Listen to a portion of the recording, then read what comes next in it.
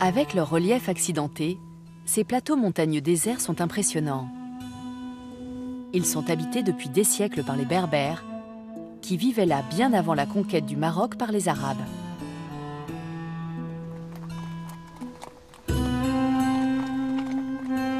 On attribue souvent l'origine du nom berbère à l'arabe al-Barbara, qui désigne ceux qui parlent une langue incompréhensible. Mais eux se nomment Imazighen, le peuple libre. Ils sont traditionnellement nomades et déplacent leurs troupeaux à travers les vallées et les hauts pâturages.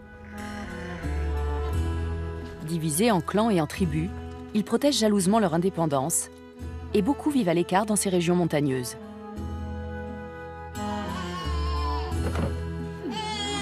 Ils ont leur propre langue. Sur les 10 millions de Marocains qui vivent dans le centre de l'Atlas, près de 3 millions parlent le tamazight, la langue berbère. Comme partout dans le monde, la vie des Berbères a changé au fil des années. Aujourd'hui, de plus en plus d'hommes et de femmes s'installent dans des maisons et des villages et renoncent au nomadisme. Les téléphones portables et les antennes satellites assurent la connexion avec le monde extérieur. Et les camions ont bien souvent remplacé les chameaux et les ânes traditionnels. Chaque année en septembre, les tribus des Aïtadidou se rassemblent pour célébrer un moussem renommé, la fête des fiançailles. Près d'Imilchil, les camions et les grues s'activent pour préparer la place de la fête. Elle a lieu dans un village isolé qui abrite le tombeau du marabout Sidi Ahmed Oumgani, saint patron des bergers et protecteur du bétail. Pour les couples, c'est un lieu de mariage sacré. Mais c'est aussi l'occasion d'un gigantesque marché. Dans les jours qui viennent, une ville de tentes va fleurir et quelques 30 000 Berbères vont affluer vers ce village de montagne isolé pour assister à cette fête qui a au moins 5 siècles.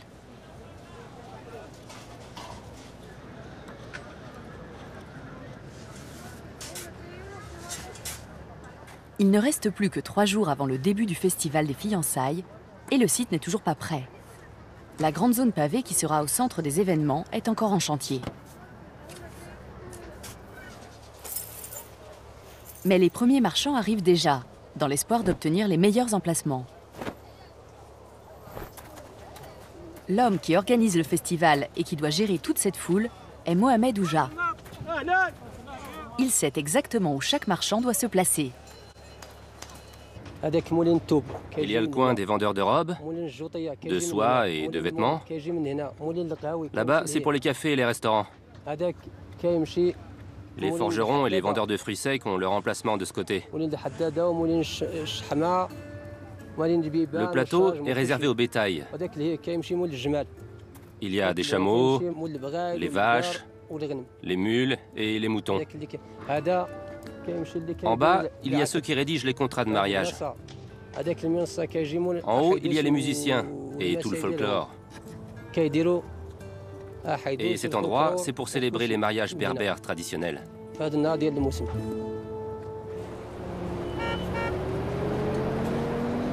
Les Berbères du Haut-Atlas n'aiment pas qu'on fasse intrusion dans leurs traditions publiques et privées en rapport avec le mariage.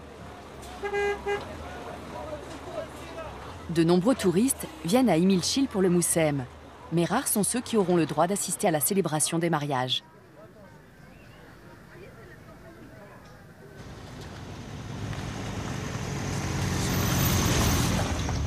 C'est évidemment dans la maison du futur marié que l'on s'affaire le plus. C'est là que la fiancée viendra s'installer après la cérémonie et il faut se dépêcher pour que tout soit prêt avant son arrivée. Les hommes de la famille s'attaquent à la peinture. Il y a le futur marié, Mohamed, 26 ans, son frère Abdullah et son père Zaïd, qui est content du travail de ses fils. Ils font du bon travail. Ils doivent savoir peindre. J'ai dit que si c'était pas bien fait, je ne vous paierai pas. Tu ne nous paieras pas? C'est un gros travail, car ils ont construit une extension à la maison principale afin de loger 2 couples. Abdullah aussi va bientôt se marier. Mohamed est impatient de convoler. et il espère que la décoration plaira à sa future épouse. Et si Fatima n'aime pas la couleur? Si ça ne lui plaît pas, tu devrais repeindre d'une autre couleur. Tu dois respecter ses goûts. Oui, mais je préfère cette couleur. Dans ce cas, tu devras diviser la maison en deux. D'accord. Si elle aime le noir, je repeindrai la moitié de la pièce en noir. Et je laisserai l'autre moitié en orange. Mais j'espère quand même que l'orange lui plaira. Mohamed n'a rencontré sa future épouse que 2 fois. La première, ils ont parlé pendant 1 heure, et la deuxième, ils ont établi un contrat. Mais pour lui, ce mariage, c'est son choix. Quand je l'ai vue, elle m'a tout de suite plu. Je me suis dit, c'est elle. Aujourd'hui, les jeunes ont tendance à choisir eux-mêmes leur future épouse. Après la rencontre, si un garçon est sûr de son choix, il dit à ses parents comment elle s'appelle et où elle habite. Le père se rend ensuite chez les parents de la jeune fille et lui demande sa main.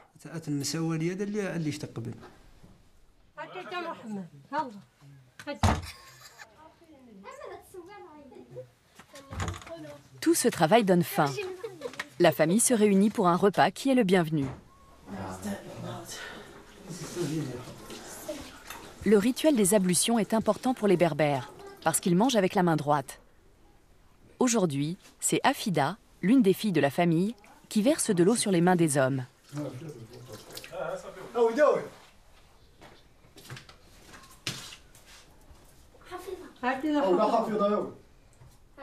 La famille va déguster un plat traditionnel connu dans le monde entier. Son nom vient du plat de cuisson en terre cuite surmonté d'un couvercle conique. C'est un délicieux tagine aux pommes de terre et au safran.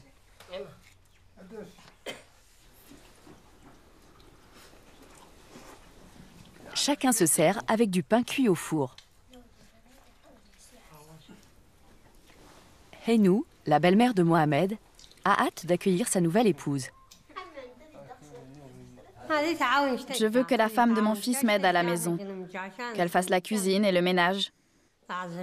Et je veux aussi qu'elle m'aide dans les champs, surtout au moment des récoltes.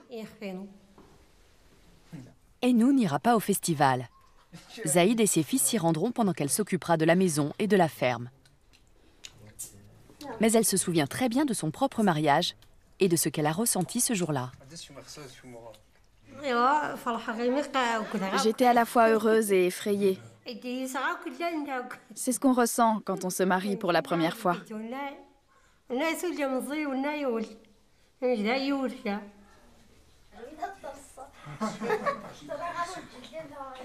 Zaïd est le deuxième mari de Heinou. Elle a divorcé de son premier époux. Dans l'islam, ce n'est pas honteux de divorcer.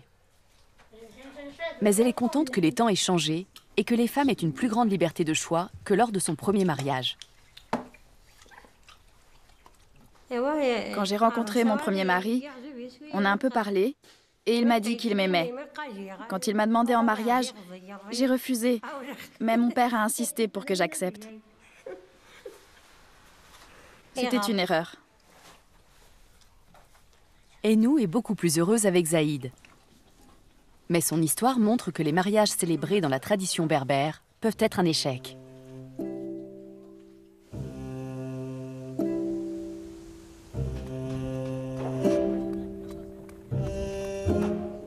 Sur le site du festival, il y a un problème qu'il faut rapidement régler, car il concerne la tente où tous les mariages doivent être célébrés. Les ouvriers n'ont pas les bons mâts et ils passent de nombreux coups de fil pour essayer de les récupérer.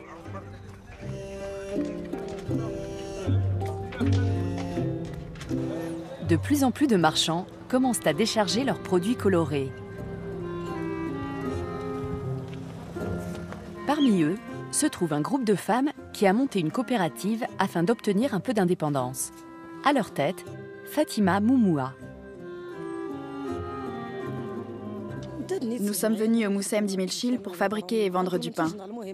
Mais nous voulons aussi montrer nos autres produits et trouver des aides. Nous voulons que notre coopérative soit dirigée par des femmes. Il y a un homme parmi nous, mais ça ne fonctionne pas très bien.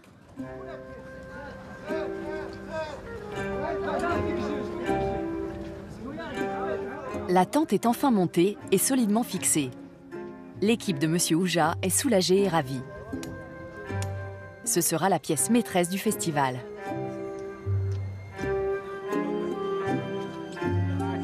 Malgré tous les problèmes à régler et les délais à tenir, Monsieur Ouja ne perd jamais le sourire. Bien sûr que j'aime mon métier. J'aime organiser les choses et j'aime ce que je fais. La légende qui a inspiré cette fête annuelle est à la fois romantique et tragique.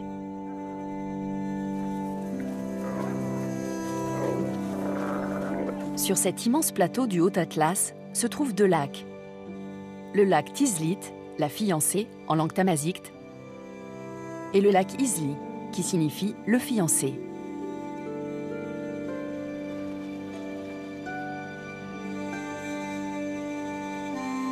Les Berbères se sont toujours disputés ces hauts pâturages, ce qui donnait lieu à d'incessants conflits entre les tribus. Et c'est de là que vient la légende des deux lacs et des Roméo et Juliette berbères originaires de tribus différentes.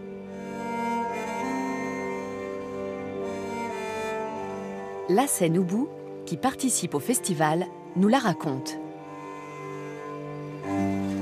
Ils sont tombés amoureux et ils ont voulu se marier. Mais il y avait beaucoup de problèmes et d'incompréhension entre leurs tribus. Elles étaient ennemies et les parents du garçon ont refusé qu'il épouse cette fille. Cette déception a fait beaucoup pleurer la fille des Haït Yaza et le garçon des Haït Ibrahim. Et leurs larmes ont donné naissance à ces deux lacs. Lassène est un berbère instruit. L'éducation que lui et les siens ont reçue leur ont ouvert de nouvelles opportunités. Il en est fier. Cette hutte en pierre, près du lac Izli, montre le chemin qu'il a parcouru. C'est ici qu'il vivait avec sa famille l'été, quand il faisait paître les moutons dans les hauts pâturages.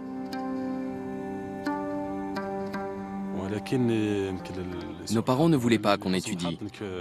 Mais par chance, j'ai réussi à finir mes études. Il y avait une école dans mon village et ça m'a beaucoup aidé. Pendant les vacances, je revenais travailler avec mon père. Mais quand il a vendu les moutons, j'ai pu finir mes études. Lassène voudrait que ses propres filles aient aujourd'hui la même chance.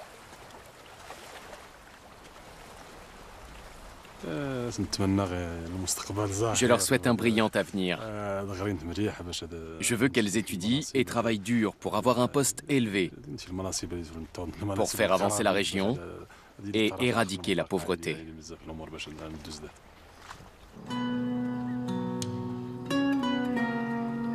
Sa vision de l'avenir pour les femmes berbères est encore assez éloignée de la réalité.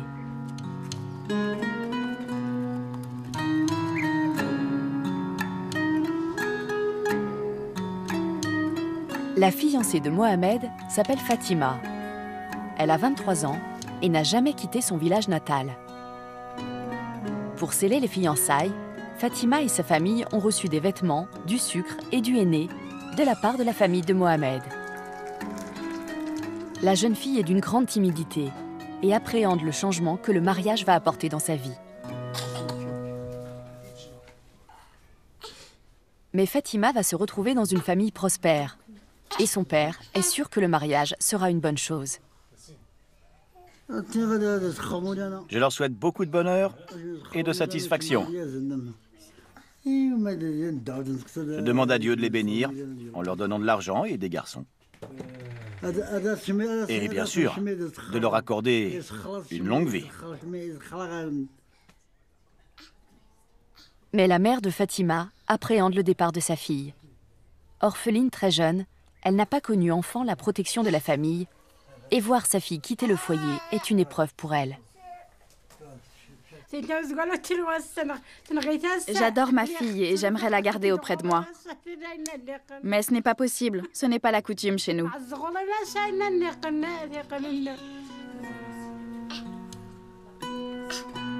Il arrive que des futurs mariés soient nerveux à la veille d'un événement aussi décisif qu'un mariage. et Fatima envisage son avenir avec une certaine appréhension.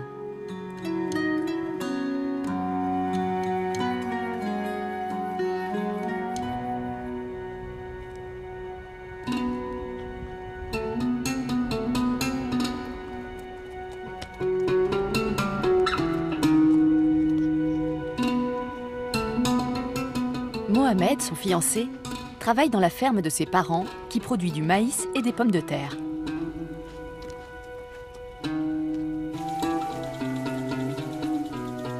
L'agriculture est très importante pour de nombreux Berbères qui vivent de la terre, même s'ils continuent à faire paître leurs moutons et leurs chèvres dans les montagnes l'été.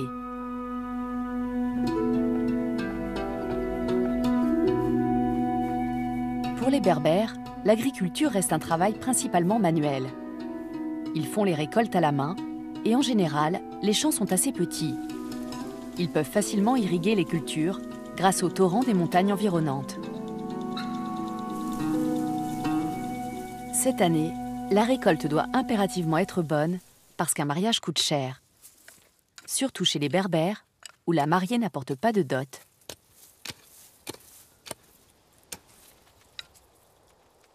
Il faudra acheter de nouveaux vêtements et de nouveaux tapis pour la nouvelle épouse, mais Mohamed est convaincu qu'elle le mérite et il espère faire un bon mariage. Que Dieu bénisse notre mariage et qu'il nous guide vers le droit chemin.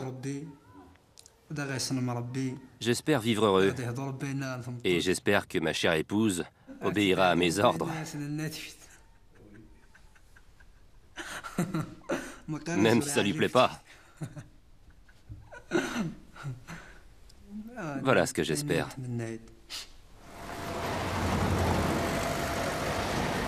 Sur le site du festival, Monsieur Ouja s'assure de trouver le bon emplacement pour chaque marchand. Un vendeur de légumes sait exactement où il veut installer ses marchandises. Son produit phare, un aliment qui rend les dents jaunes quand on le mâche. Ici, le canon de beauté, ce sont les dents jaunes et non les dents ultra blanches.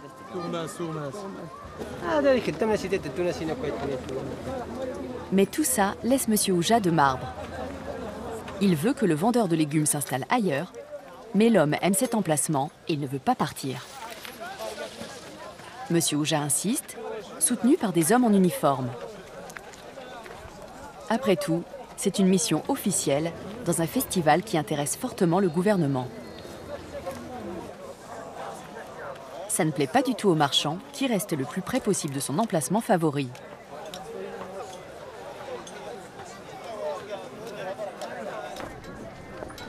À la fin de la journée, le marché commence à prendre forme. Dans quelques jours, il régnera ici une agitation extraordinaire.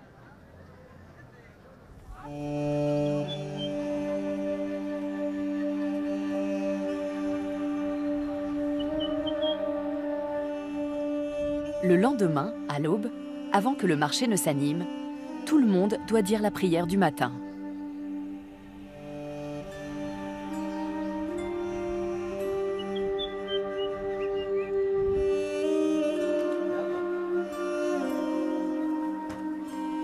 Le jour se lève dans le village de Mohamed. Son père Zaïd est déjà au travail. Il prépare le taureau qu'il va vendre au marché. Il compte sur cet argent pour financer le mariage. Je le brosse pour qu'il soit tout beau. J'aimerais en tirer un bon prix. Il nous faut de l'argent pour acheter tout ce qu'il faut pour le mariage. C'est pas donné.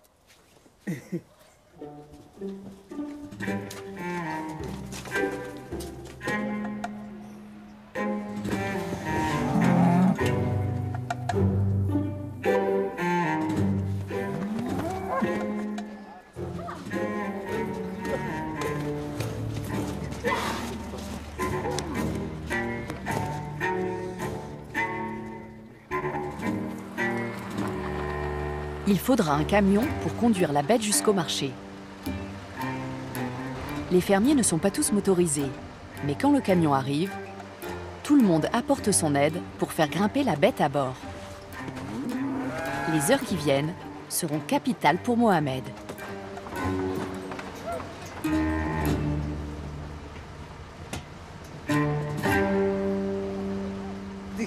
J'espère vendre ce taureau 17 500 dirhams, si Dieu le veut.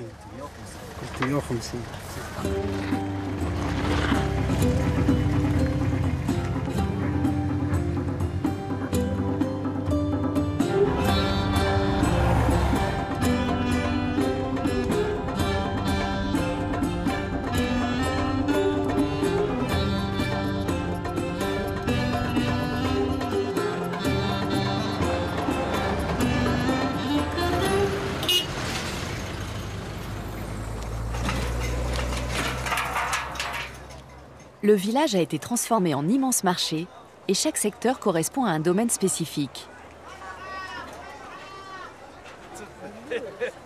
Dans le marché au grain, il y a deux types de blé. L'un réservé aux animaux, l'autre à la fabrication du pain. C'est une denrée vitale pour les Berbères du Haut-Atlas. Ceux qui vivent dans les zones les plus reculées font des stocks pour une année entière. Le marché aux ânes est un endroit où les prix sont âprement négociés. Ce mélange de tradition et de modernité est un bon résumé de la vie berbère. Si les camions sont fréquents, les déplacements à dos d'âne restent la norme. Mais c'est le marché aux taureaux qui intéresse surtout Mohamed. Il est accompagné par son père et son frère pour cette transaction de la plus haute importance. Il étudie le prix et l'âge des taureaux à vendre d'un œil averti.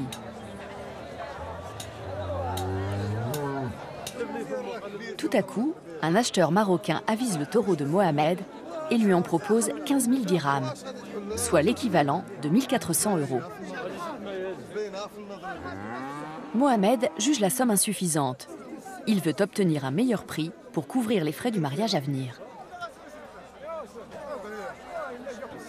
L'acheteur est déçu que son offre soit rejetée, mais Mohamed tient bon. Ça ne me convient pas. Il va falloir me faire une meilleure offre. Ce prix ne va pas du tout. Les enjeux de ce marché sont très importants pour les participants. Fatima Moumoua, de la coopérative des femmes, a voyagé pendant 6 heures pour arriver jusqu'ici. Un voyage qui lui a coûté l'équivalent d'une centaine d'euros. C'est beaucoup d'argent pour elle. Elle devra vendre au moins 800 miches de pain chaque jour du festival, rien que pour rentrer dans ses frais. Jusqu'à présent, elle n'en a vendu que 100. Mais il faut que ça marche. Notre village est très pauvre.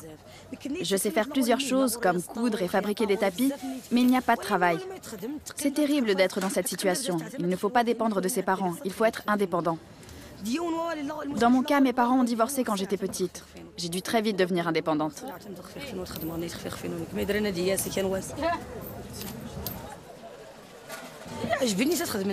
J'adore travailler avec des femmes parce qu'elles m'écoutent davantage.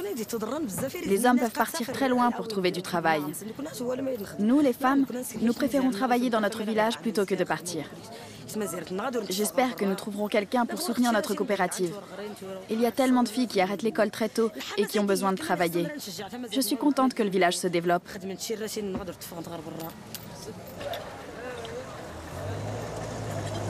Fatima a de grosses responsabilités. Ses parents sont divorcés et elle se sent très seule. Même cette jeune femme au fort tempérament cherche le bonheur à ce festival. Oui, j'aimerais me marier. Surtout si je trouve la bonne personne. Il faut que ce soit un homme beau et gentil. Les divorces sont nombreux dans cette société. Une plus grande liberté de choix permettra peut-être d'aboutir à des mariages plus solides.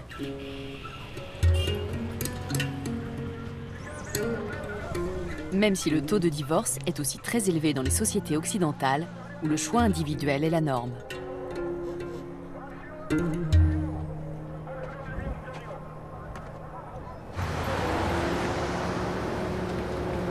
C'est la veille des cérémonies de mariage et la confusion règne sur les préparatifs. Les 38 couples devant se marier le lendemain ont tous été convoqués devant le juge du tribunal d'Imilchil. Apparemment, c'est une procédure totalement inhabituelle. Fatima est déjà arrivée et entre dans le bâtiment. Mohamed arrive un peu plus tard. Il y a beaucoup de va-et-vient ce matin. La scène nous donne l'explication officielle de cette procédure. Dedans, il arrive le juge ce matin pour vérifier les dossiers des candidats qui vont se marier demain, mais demain l'acte avec l'autorisation de mariage. Ces convocations préalables ont pour but de vérifier que tout est en règle. La fête traditionnelle doit se conformer à la législation en vigueur. C'est un sujet sensible au Maroc, d'où le soin apporté à ces questionnaires. En 2004, la réforme de la Moudawana, le code de la famille marocain, visait à améliorer la condition de la femme. Elle a en particulier interdit le mariage des femmes contre leur gré, scrupuleusement limité la polygamie et fait passer l'âge légal du mariage à 18 ans. Une fois sorti du tribunal, Mohamed raconte à la scène ce qu'il s'est passé. Il y a plein de couples qui ne sont pas venus alors qu'ils étaient convoqués. Tous les couples devaient venir au tribunal, sauf ceux qui vivent loin ou qui n'ont pu être prévenus. Et si je n'étais pas venu? Ils vont vérifier tes papiers et tout sera prêt pour demain. Les cafés d'Imilchil sont l'endroit idéal pour se remettre de toute cette agitation. Mais on y parle aussi affaires. Les jeunes gens s'y distinguent par leur attitude et leur espoir.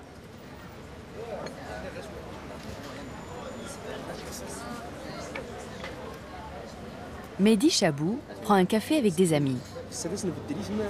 Il étudie l'anglais à l'université. Il aime la vie à Imilchil, où sa famille tient un hôtel. Mais il espère améliorer sa situation grâce à l'instruction.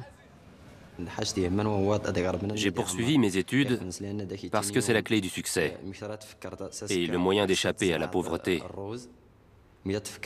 Comme dit le sage, si tes projets portent à 1 an, plante du riz.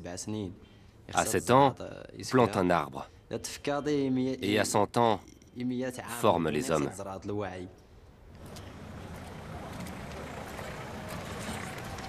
Mehdi est l'archétype du jeune homme instruit qui se veut moderne et qui s'ouvre au monde. Je ne peux pas décider d'épouser une fille après l'avoir vue seulement 1 heure. Ce n'est pas suffisant. C'est une décision dangereuse parce qu'on ne se connaît pas. Pour moi, c'est impossible.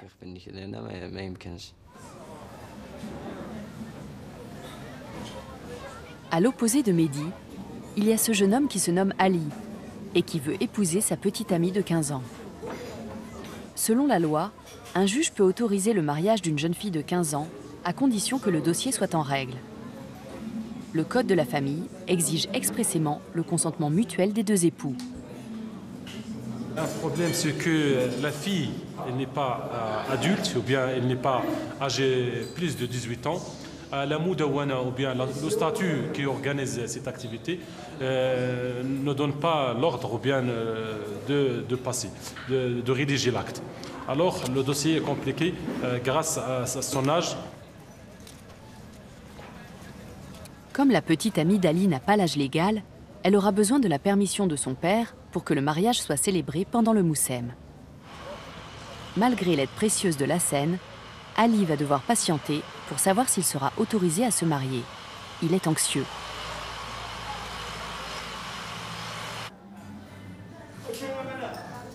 La convocation surprise au tribunal d'Imilchil a réuni Mohamed, Fatima et son père, qui boivent le thé en attendant la réponse du juge et des autorités.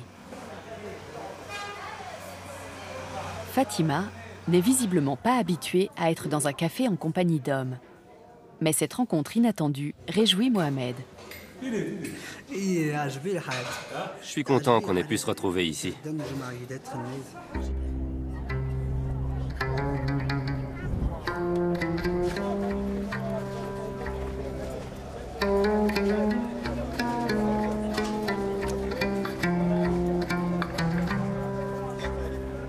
Le lendemain est un vendredi, et même dans ce marché bondé, il faut impérativement s'arrêter pour faire la Salatul Jumu'ah, la grande prière qui a lieu ce jour-là dans toutes les mosquées du monde.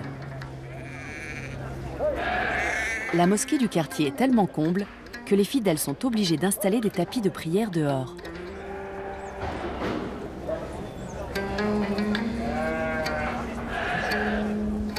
Les cris des animaux couvrent presque l'appel à la prière de l'imam.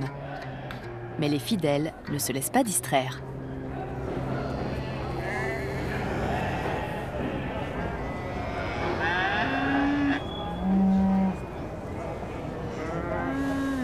Le Moussem offre bien des contrastes et des surprises. La tradition côtoie la modernité, la religion, des préoccupations plus terre à terre.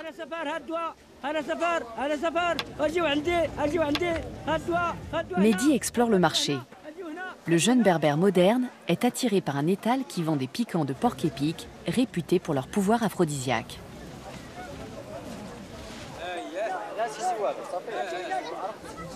Le vendeur garantit leur efficacité et propose aussi du mercure, qui est traditionnellement utilisé pour les peines de cœur ou pour ceux qui sont en quête de l'âme sœur.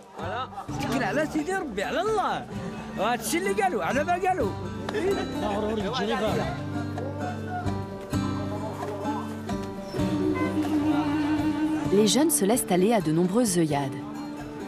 La frénésie est palpable, même si les jeunes femmes gardent le visage voilé par respect des traditions sociales et religieuses. Fini le temps où l'on trouvait un conjoint pendant le Moussem et où l'on se mariait juste après. Aujourd'hui, les propositions de mariage se font essentiellement par le biais de connaissances de la famille restées dans les villages. Mais le Moussem reste l'occasion de rencontrer physiquement les différentes candidates.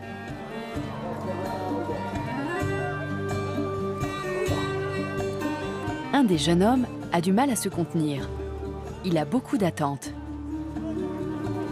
J'aimerais me marier ici et ramener ma femme dans mon village. Là-bas, je pourrais lui enseigner mon dialecte.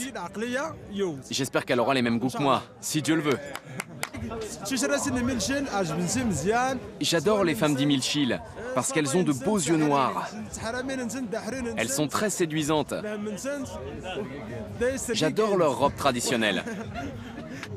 Les femmes d'ici sont très courageuses. Nos femmes aussi sont belles, mais depuis quelque temps, leur comportement change.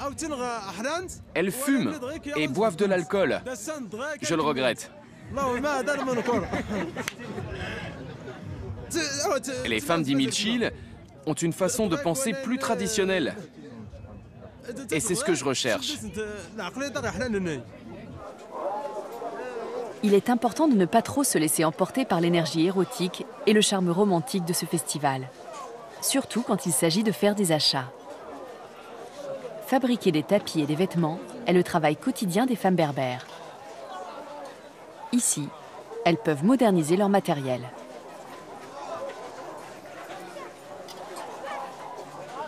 Côté quincaillerie, les hommes peuvent renouveler leur équipement métallique pour la maison et la ferme. On vend des abreuvoirs pour les animaux. Ceux qu'on utilise dans les fermes partent bien. On vend aussi des radiateurs industriels, des haches, des fenêtres, des portes ou des malles de vêtements. En ce moment, les tribus Aït Abdi se préparent pour les mariages. C'est pourquoi ils cherchent des malles. Il faut qu'on les vende toutes. La pluie s'est mise à tomber dans l'après-midi. Mais les prévisions météo sont bonnes pour le lendemain, le jour des mariages.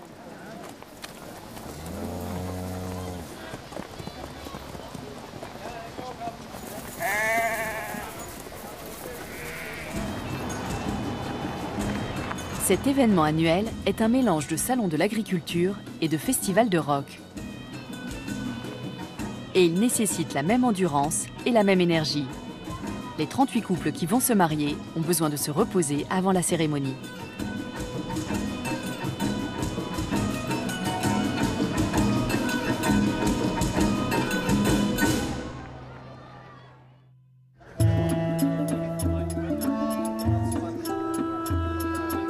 Le grand jour est enfin arrivé.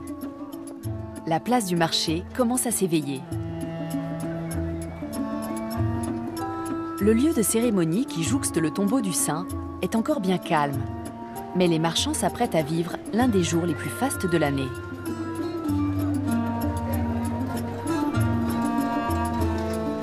Dans le Haut-Atlas, les mariages traditionnels ont des rites bien à eux.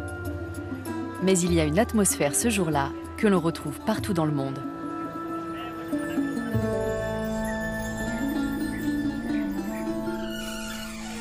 Dans la maison de la future mariée, la famille prend un petit déjeuner léger avant de partir pour le mariage. Il faut prendre des forces pour cette grande journée qui s'annonce.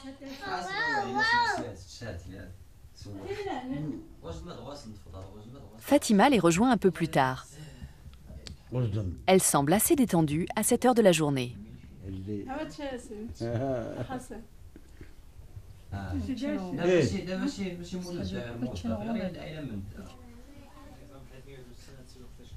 Sa mère va ensuite chercher la handira.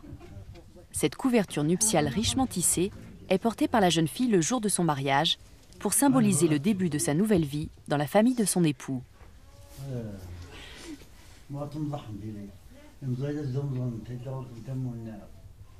Les handiras sont souvent blanches et cousues de paillettes, mais d'autres, comme celle de Fatima, sont plus colorées et ornées des motifs de la tribu. Celle-ci est noire, avec de fines rayures blanches et rouges, symbole de paix et de sincérité. Elle est typique des Haïtaza, la tribu à laquelle la famille de Fatima appartient.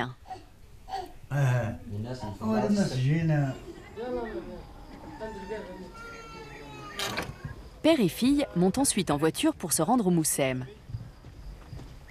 Ils laissent derrière eux le village assoupi et empruntent, tout comme des milliers de gens, des routes poussiéreuses pour rejoindre le lieu des réjouissances.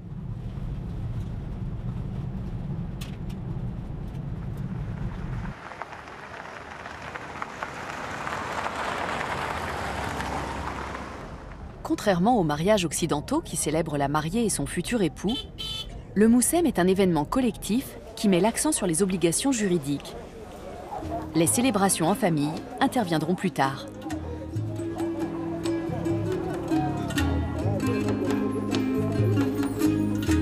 Fatima se ferait un chemin à travers la foule. Elle croise d'autres fiancés dans différentes tenues.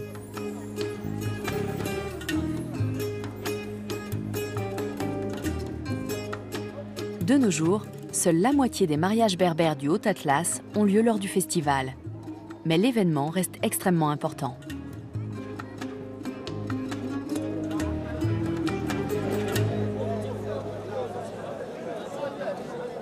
Il y a toujours beaucoup d'attentes un jour comme celui-ci. Mohamed se prépare pour son mariage et les hommes de sa famille sont là pour le soutenir. Près de la tente des mariages, les responsables berbères, comme la Seine, portent la tenue traditionnelle. La Seine apprécie ses coutumes, tout en adoptant une approche pratique. Le traditionnel, c'est que ça blanche, et la djellaba blanche aussi. Et il me manque seulement les chaussures qui sont blanches, comme les mariés. J'ai oublié mes babouches parce que j'ai peur de tomber la pluie et ça mouillait. Les représentants du gouvernement marocain sont là. Ils portent des costumes modernes. Leur présence montre l'intérêt de l'État pour cet événement annuel fondamental dans la société berbère.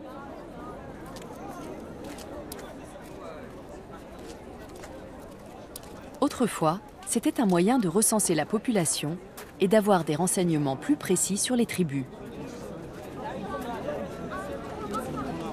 Les Berbères ont récemment obtenu des droits vis-à-vis de leur culture et de leur langue, même si l'État continue à contrôler de près tous les aspects de la vie publique.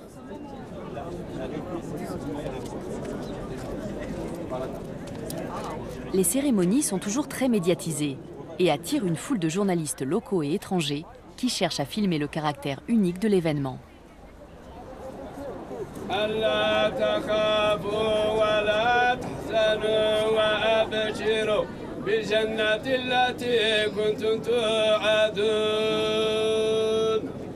L'imam commence par entonner une prière où il demande la bénédiction d'Allah. L'atmosphère n'a absolument rien de romantique. Ces unions collectives revêtent avant tout un aspect juridique.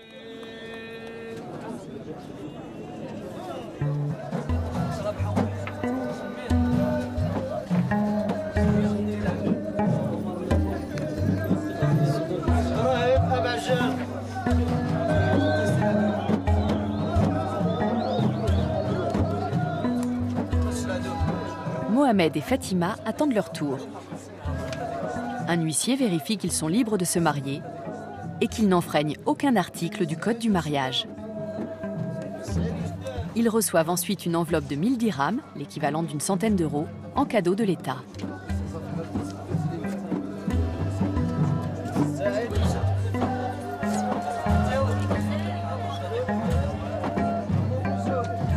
Parmi les couples, il y a Ali et sa toute jeune femme de 15 ans qui a obtenu l'autorisation de se marier avant l'âge légal.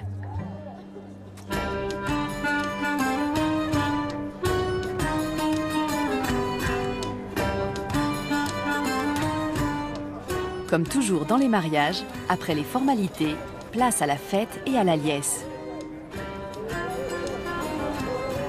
Les véritables réjouissances peuvent enfin commencer près du tombeau du saint.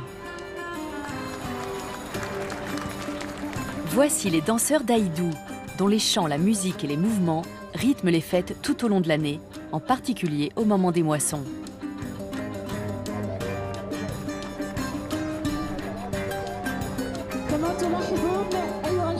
On partage ensuite une immense galette qui symbolise l'abondance des récoltes et l'union des familles des époux.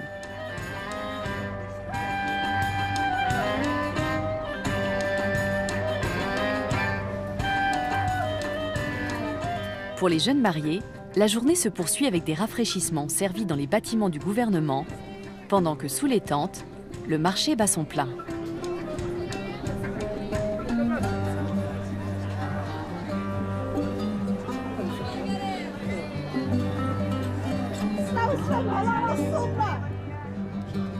Fatima Moumoua travaille dur pour vendre le pain de la coopérative. Elle porte une tenue magnifique pour l'occasion. Il ne serait pas surprenant qu'elle attire le regard d'un des hommes du festival. Qui sait, une nouvelle étape de sa vie va peut-être commencer ici.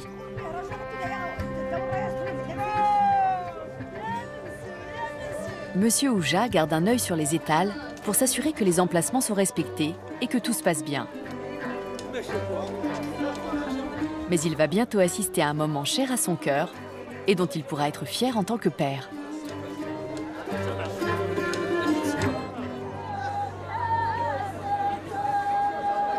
Rituel incontournable de la journée, la procession où traditionnellement, la mariée monte sur une mule blanche avec une chèvre, symbole d'opulence, et un enfant, symbole de fertilité. Elle se dirige vers le domicile conjugal, alors que devant elle se déroule le duel rituel à coups de branches de palmier, pour voir si le marié sera assez patient pour être un bon mari.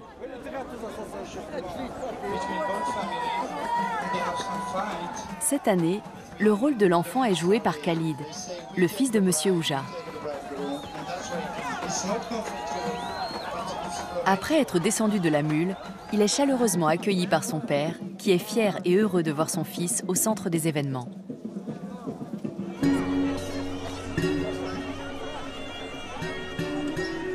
Forts de leur nouveau statut, Fatima et Mohamed font leur première course ensemble dans le marché.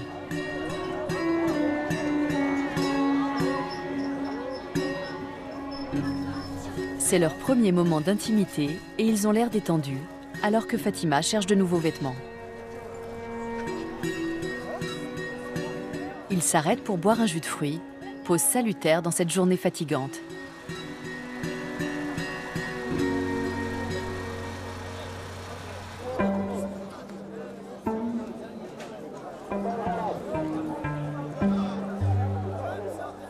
La tradition qui veut que l'on trouve l'âme sœur et qu'on se marie pendant le moussem reste très forte.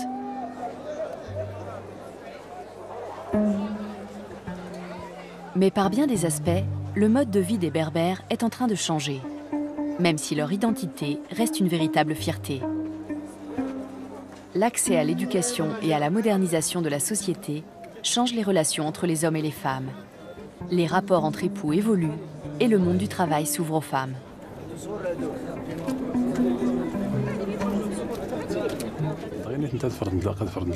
Je veux que les femmes soient présentes partout et qu'elles aient la liberté de choisir leur mari. Aujourd'hui, beaucoup de choses ont changé avec la technologie, la télévision et les médias. Ça fait réfléchir sur les problèmes liés au mariage et aux relations hommes-femmes.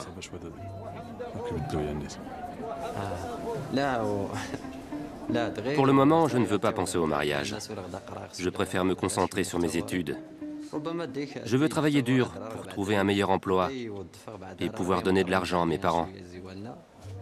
Ensuite, je penserai au mariage.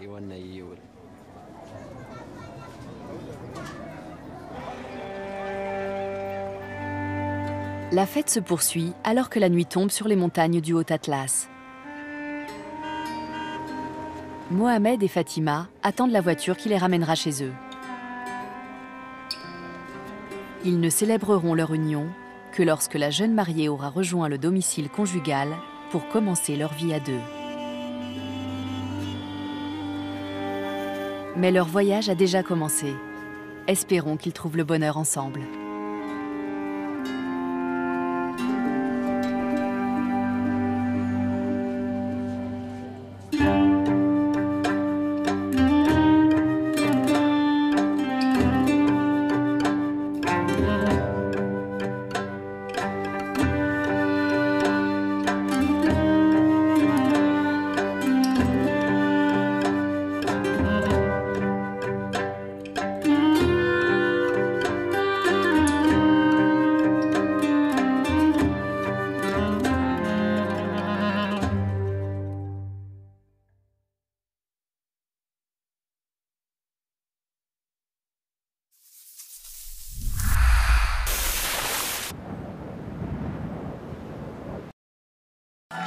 Et voilà, vous avez 40 ans.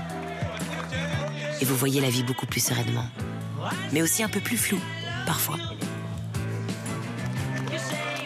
Si vous êtes né entre 1968 et 1978, venez tester votre vue gratuitement chez Atoll. Atoll, mon opticien. C'est parti! Et Alex qui se lance comme un mort de faim? Oui, regardez, son coach sait comment le motiver. Allez, dernier obstacle. Allez, Alex.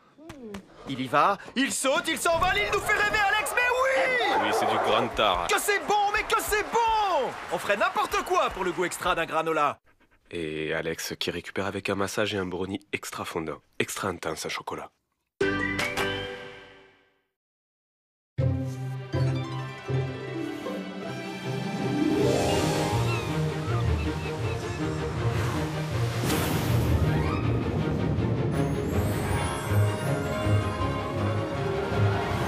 Partagez vos plus belles aventures avec les pièces 10 € argent Mickey et la France. Une édition limitée de la Monnaie de Paris à découvrir à la Poste. Chez Le Petit, c'est de génération en génération qu'on s'est transmis l'exigence et le goût de la tradition. Pour que chaque camembert siglé Le Petit délivre ce goût riche de saveurs et ce caractère inimitable. Et aujourd'hui encore, Le Petit régale tous ceux qui, comme vous, aiment les bonnes choses. Le Petit, le grand nom du camembert. Lors de vos gestes quotidiens, votre pouce vous fait souffrir? Utilisez l'orthèse Epitact qui maintient votre pouce et limite les mouvements traumatisants. Epitact en pharmacie. Ceci est un dispositif médical. Et pour immobiliser confortablement votre pouce la nuit, utilisez l'orthèse rigide Epitact. Qu'est-ce que c'est que ce bruit? Mais quelle belle musique! Je dois absolument découvrir d'où elle vient. Ah, des friandises. Whiskas, nourrissons leur